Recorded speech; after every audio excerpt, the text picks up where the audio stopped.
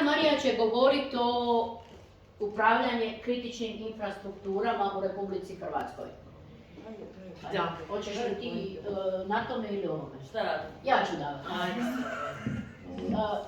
Ja ću pokušati pričat, zato što je ovo je jedna, sad, kad čujete na znanstvenim skupovima, ovo je jedna kompleksna tema o kojoj se ne bi trebalo držati predavanje, nego bi trebalo jedne knjige, tomovi knjiga napisati, pa bi se onda eventualno, to mi je profesor Jučević najbolje razumio, pa bi se onda eventualno iz toga moglo sažeti ovako 2 stranice i onda to izlagati. Ja sad kad sam slušala predsjednicu udruge zviždača, koja nismo u nikakvom rodu, ne daj Bože, ona je govorila o nekakvom globalnom kontekstu. Ovo ti je nepotizam.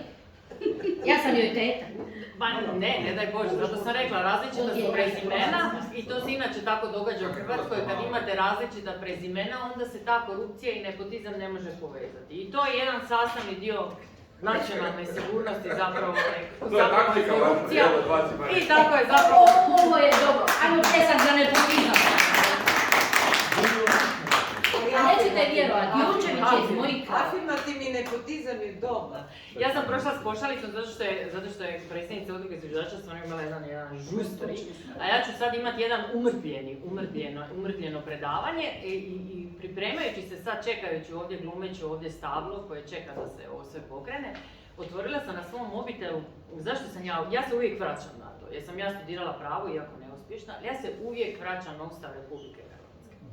I onda si ja idem čitati izvorišne osnove, sve ovo nabrojano kako je Hrvatska nastala, pa te temeljne odredbe, pa odredbe o ljudskim pravima, struč, blac, zaštita ljudskih prava i temeljnih sloboda, kako niko nema pravo oduzeti ekonomske, osobne slobode, kako vi imate pravo na život, imate pravo na posao, imate pravo voljeti koga volite, imate pravo, znači raditi apsolutno sve dok ne ulazite u prostor one druge osobe, znači dok njemu ne oduzimate taj nekakvi osobni prostor da se on može izraziti u svim onim segmentima u kojima se vi izražavate. E sad, za vrijeme korone, obično se kad se govori o Ustavu, kad ustavni stručnjaci govore, a ja nisam ustavni stručnjak, ali mogu to tako nekako govoriti, kad govore o ustavnim odredbama, često se puta problematizira da li je Ustav samo nekako deklarativni, nekakvi vrhovni akt koji je često puta samo mrtvo slovo na papiru. Nije to dokazivo često puta u normalnim, pod navodnicima, normalnim okolnostima, ali za vrijeme korone zapravo sve odredbe Ustava, ali apsolutno sve odredbe Ustava, pa čak i oni koji se tiče izvanrednih situacija, koji su se tumačili dvostrano, pa smo imali ona nerazumijevanja između predsjednika Republike i premijera, gdje se nisu mogli složiti po kojim se osnovama treba djelovati u izvanrednim situacijama za vrijeme korone. Pa su se oni kao, opet ćemo reći pod navodnike, svađali, jer oni se ne mogu dogovoriti po kojim osnovama, je li to po nekakvim ustavnim odredbama, je li to po nekakvim zakonskim odredbama. I za vrijeme korone apsolutno nije postala nikakva parlamentarna struktura, nije postalo nikakvo djelovanje saborskih zastupnika, nego su se svi lijepo dobro zaključali i stali doma i čekali da se nešto dogodi. Jedino što smo vidjeli Plenković okolo da ide sa vlažnim maramicama i briše ruke i čeka da se spusti svemir ili da se sredi svemir sam od sebe. Ja? Zato mi je tako smiješno svaki put kad ja otvorim te portale, pošto sam ja, kako sam rekla, novinar i magistrica novinarstva, to zvuči ozbiljnije, i specijalist nacionalne sigurnosti sa aspiracijom da napišem doktorat, ali s obzirom na koliko u zadnje vrijeme radim, neću ga nikad napisati. Smiješno mi je kad vidim te nekakve i televizijske izvještaje i novinske izvještaje kako se orijentiraju na odnos predsjednika i premijera. Recimo danas ste mogli, ako ste otvorili bilo koji portal ili ako ste otvorili novine, onda ste mogli vidjeti, evo, predsjednik i premijer upravo su se rukovali. To je dobro, to je pozitivno, oni su se rukovali, znači stanje nacionalne sigurnosti i kritična infrastruktura je apsolutno zaštićena. Jer kad se oni rukuju, onda smo sigurni. Ali kad se oni ne rukuju, to se zove svojevrsna manipulacija, to je uopće poznata stvar.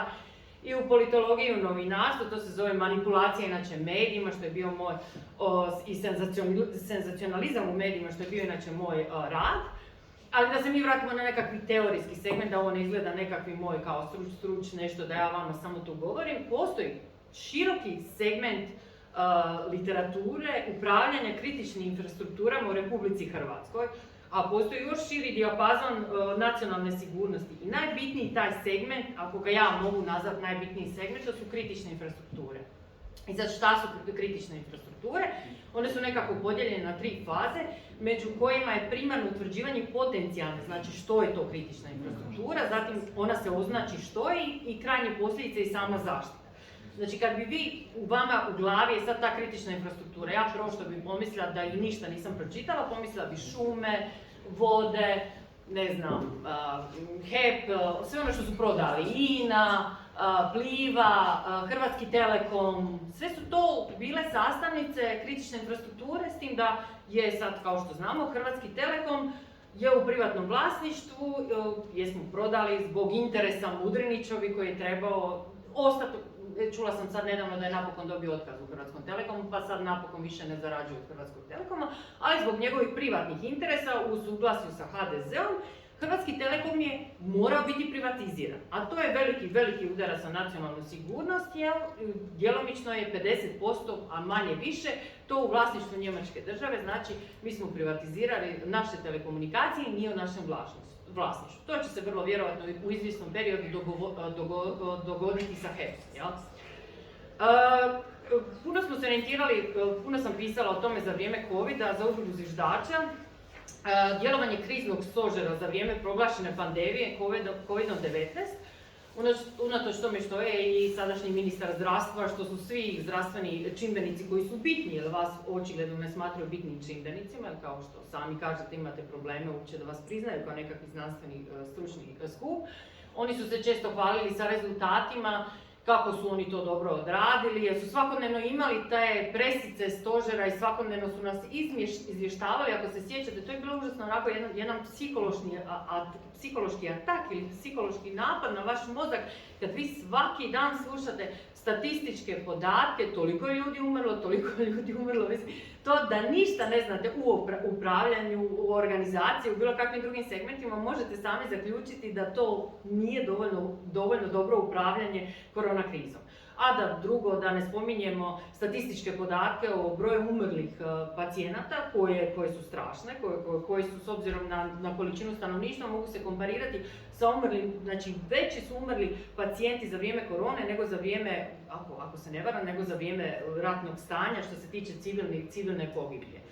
Nezadovoljstvo doktora, medicinskog osoblja, policajaca, učitelja, znači to su svi segmenti koji su puno bitni, ružno je reći, bitne su šume, bitne su vode, bitne su svi ti segmenti, znači bez čiste vode, evo sad je upravo pijemo, nadamo se da je čista voda, ali drugi segment, jedan puno bitniji segment, jedan krvotok te kritične infrastrukture su zapravo doktori, medicinsko osoblje, policajci, učitelji, znači svi oni drugi elementi koji vatrogasci, možda ih nisam stavila, ali to su svi oni elementi kritične sastavnice nacionalne sigurnosti i oni upravo oni rade na očuvanju kritične infrastrukture.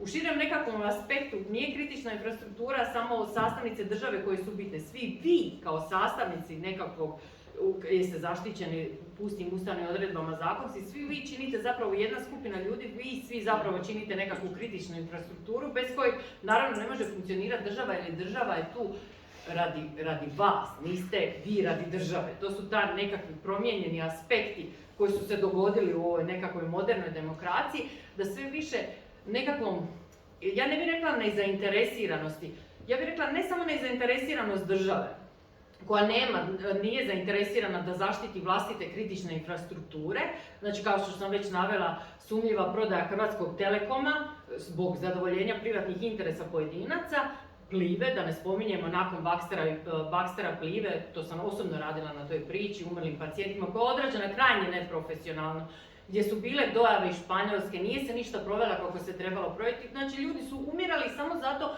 što neko nije dignio, ma dobro, ja malo govorim po dalmatinski, nisam dugo, neko nije dignuo slušalicu i dojavio drugoj bolnici, ovdje nam umiru ljudi. Znači, u Puli ljudi, najveći broj ljudi koji je umrlo u Puli, ja sam osobno pričala sa ravnateljom bolnice, tad je sam radila na tom projektu pa su ga zaustavili upravo zbog toga što je to bilo šokantno, evo sad se o tome može pričati, znači neko samo nije postao takozvani krizni stožer, oni su ga ukinuli. Ali vidjeli smo sad u ovoj situaciji kako je kad imamo krizni stožer. Ništa se puno više ne mijenja osim što čujemo statističke podatke. podatak. O INI neću govoriti, samo ću spomenuti zato što ja nisam osobno radila ja volim pričati o projektima na kojima sam ja osobno radila i istraživala. Znači, postoji jasno da u takvom okruženju ne postoji nezavisna državna vlast, koliko god to nije čak ni opako reći, koja je neovisna o privatnom kapitalu. Dodatni zabrinjavajući podatak je osim sumnjivih privatizacija i činjenica kako se u slučaju Agrokora pokazala sva nemoć upravljanja ključnim interesima države jer je političko-pravna trakavica traje i dalje. Znači, to ste čuli, to je sad atraktivno i zanimljivo, kako bi rekao premijer Plenković. On uvijek govori, on je rekao za Požar svojevremeno da je atraktivan i zanimljiv. To je jedan splet, to je jedan način govora koji je nedopustiv u modernoj demokraciji. Znači, Međunarodni centar za rješavanje investicijskih sporova u Washingtonu prihvatio je tužbu Ivice Todorića protiv Republike Hrvatske, gdje bi ako Hrvatska izgubi taj spor, mogla Todoriću isplatiti 7 do 8 milijardi eura. To je čista sitnica, s obzirom da smo zaradili samo dvostruko od turizma toliko, pa ćemo malo uzeti od one zarade što smo zaradili iz turizma. Kad bi Plenković, to je ne tema. Da. I sad na sve to što imate, znači ne štite se interesi, ne štiti se kritična infrastruktura, znači ne štite se ti pusti ljudi, doktori i policajci i svi oni ostali. Sad imate još taj dodatak da imate taj konstantni pritisak od nekih modernih izazova i sad imate dodatno terorističke napade zbog migrantske krize i postupanja prema isto. I sad imate rat u Izraelu i sad to su sve segmenti, i da ne spominjemo rat u Ukrajini, i sad to stavlja još jedan dodatni pritisak na djelovanje državnih javnih službi koji privatnih tvrtki koji su od presudne važnosti za RH. Znači, kad se dogode takve nekakve izvanredne situacije, onda se sustav ne bi trebao biti koherentan, jer nije dobro da je sustav koherentan, ali trebao bi imati neke osnovice, znači da mi znamo da nas opet ne dogodi situacija kao što se dogodila za vrijeme korona krize, da ja moram gledat kao specijalist nacionalne sigurnosti na televiziji, da meni kažu ajme, medicinske sestre nemaju dovoljno maski, pa one moraju ići na N1, pa ona mora okrenuti leđa kao da je neki zatvorenik, daj mi maske. Daj mi molim te maske. Pa taj novinar jedan radi o maskama, pa onda oni dobiju 20 ili 30 maski. Da ja kao švercer nabavim brže te maske iz Slovenije, jer su te pošiljke došle iz neke bolnice koji su raspačavali bolnice iz Slovenije, to je bio skandal, nego što dobiju doktori i medicinske sestre u Hrvatskoj. Ja? Sad, postoje nekakvi statistički podaci, ja znam da vi ovdje ne volite Hrvatsku liječničku komoru, ali oni su imali nekakvu... Volimo, ona naša strukovna komora, obvezno članstvo i ona obavezno. A vi je volite, dobro. Obavezno je volimo. Obvezno članstvo, obavezno je volimo. Da. Znači, prema istraživanju Hrvatske liječničke komore u našoj zemlji danas u primarnu zdravstvenu zaštitu radi, jer su istiniti podaci, to ćete mi vi potvrditi, radi 2647 liječnika, od čega je 2187 liječnika obiteljske medicine, 224 ginekologa i 236 pedijatora. I sad, meni zapravo ovo kad ja ovako, ja uopće nemam pojam tih brojki, šta je to puno, je to malo, i oni su zaključili da zapravo nedostaje, jer to vidimo i stalnim konstantnim pritiskom i pacijenata i udruga pacijenata i na medijima, da nedostaje 257 obiteljskih liječnika, odnosno 10% do popunjenosti mreže HZZO-a. Znači nedostaje i ginekologa i obiteljskih, i sad su tu nekakvi podaci, i da je alarmantna situacija s primarnim pedijatrima, kojih u PZZ-u nedostaje 90. A te brojke nekako i lako ih je pokriti. Brojke se više manje pokriju ako su dobre organizacije, ali postoje nekakve organizacijske problematike u zdravstvenom sustavu i to sam osobito primijetila sam za vrijeme korona krize. U Španjolskoj postoji jedan sistem, o tome sam već pričala, znači postojala suradnja između privatnog sektora i javnog sektora. Znači kad se pacijenti nisu mogli zbrinuti za vrijeme korona krize u javnom sektoru, onda je privatni sektor za vrijeme korona krize prihvaćao pacijente posve besplatno ili postoje dogovor javnog i privatnog sektora u zdravstvu. Ja recimo kao oboljela, bila sam 3 puta sam oboljela od korone, ja sam na razini došla to je da sam došla u bolnicu da me nisu prvo htjeli primiti u bolnicu jer se bojali da se ne zaraze od mene. A onda nije tako lako bilo doći ni na privatnu, znači i to sam morala moliti i čekati danima, znači da je ovisilo moj život ili ne život od tadašnjim zdravstvenim djelatnicima, nisam mogla. Znači u Splitu se nije moglo ući u bolnicu, nije se moglo ništa, apsolutno nikakvu zaštitu dobiti, doktori i medicinske sestre su bili posve izbezumljeni.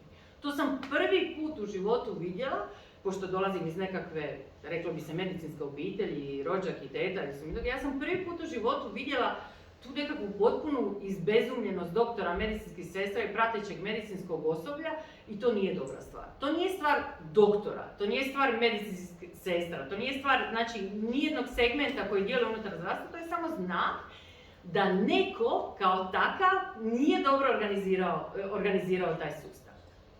Da to nije samo tako u medicini, da je to tako i u policiji, postoji istraživanje profesora Ivana Koprića, da čak čovjek bi rekao kad vidi policajca, kad gledate u američkim filmovima, policajac obično dođe na kraj. Kad se već dogodi zločin, policajac je jedan beskoristan čovjek, to ljudi svi misle. Ja tako ne dijelim, ja mislim da je nekako i ta policijska struka, iako ja mislim da se ne bi mnogi složili sa mnom, je nekako bliska zapravo medicini. I zato se nadam jednog dana kad se pobune doktori, napokon kad dođu do jedne erupcije pobune doktora i starijih ljudi, to je moja osobna želja, ovih što su u mirovini i doktora, da policajci neće ići na doktore. I zato sam ja stavila ovo u svoj rad, da 92,2% policijskih službenika praktički nisu zadovoljni sa svojim stanjem u društvu, da nisu cijenjeni dovoljno u društvu.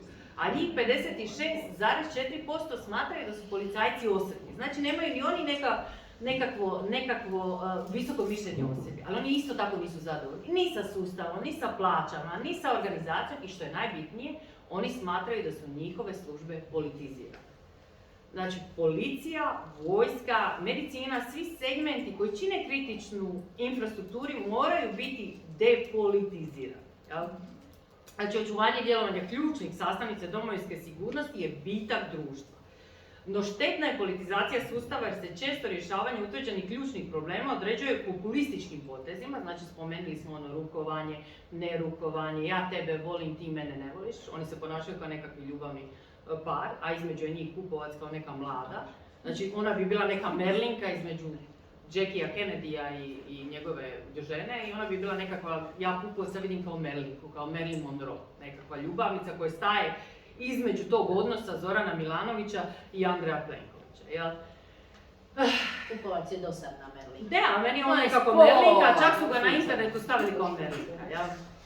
I svaka vlast, problematično je što se svaka vlast hvali s tim da su upravo oni reformirali sustav, jel? I zato je bitno, upravo je bitno u sistemu, ja sam dugotrajno zaposlena osoba, povremeno radim, gdje dolaze stalno strani radnici, znači zaposleno je 200.000 stranih radnika, znači odlaze preko 300.000 ljudi, odlazi, fali ovih, fali doktora, fali svega, znači možemo reći jedan depresivan zaključak, apsolutno ništa ne funkcionira.